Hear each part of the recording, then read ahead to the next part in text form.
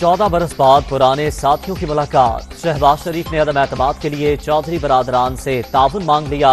नून लीगी वफ्द में साद रफीक, अयाज सादिक, अता तारड़ और राना तनवीर भी शामिल। मुल्की सियासी सूरत हाल पर तबादला ख्याल। अपोजिशन लीडर ने चौधरी शुजात हुसैन की खैरियत भी दरियाफ्त की।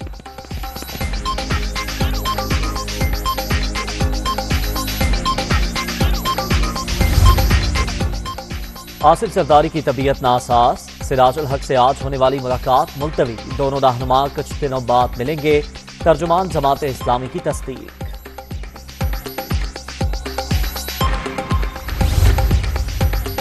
मियां चन्नू वाक़े की तहकीकात में अहम पेशरफ्त। पुलिस ने 15 मरकजी मुलजिम गिरफ्तार करने की तस्दीक कर दी।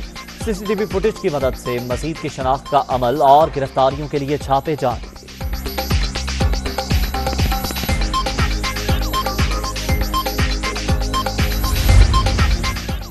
और कजाफी स्टेडियम में पेशावर ज़ल्मी की 55 रन से फतह। PSL 7 में कराची किंग्स की नाकामियों का छक्का।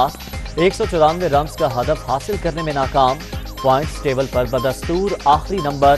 प्लेऑफ मरहले तक रसाई भी मुश्किल।